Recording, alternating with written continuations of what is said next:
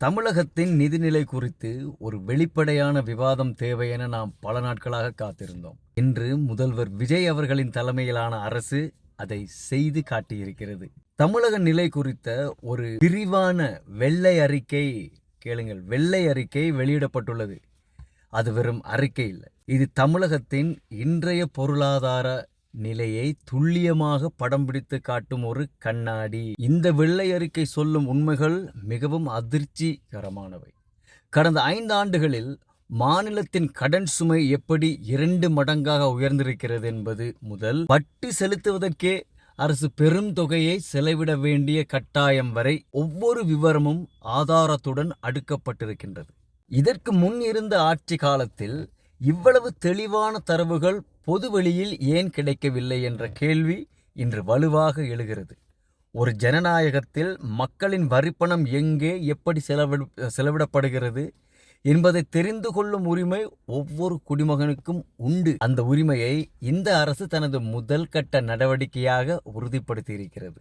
இதை விமர்சிப்பவர்கள் ஒரு விஷயத்தை கவனத்தில் கொள்ள வேண்டும்.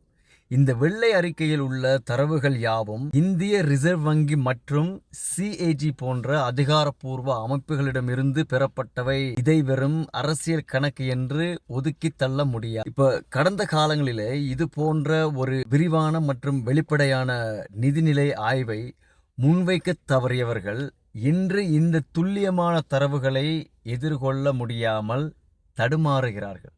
இதுதான் இன்றைய உண்மை.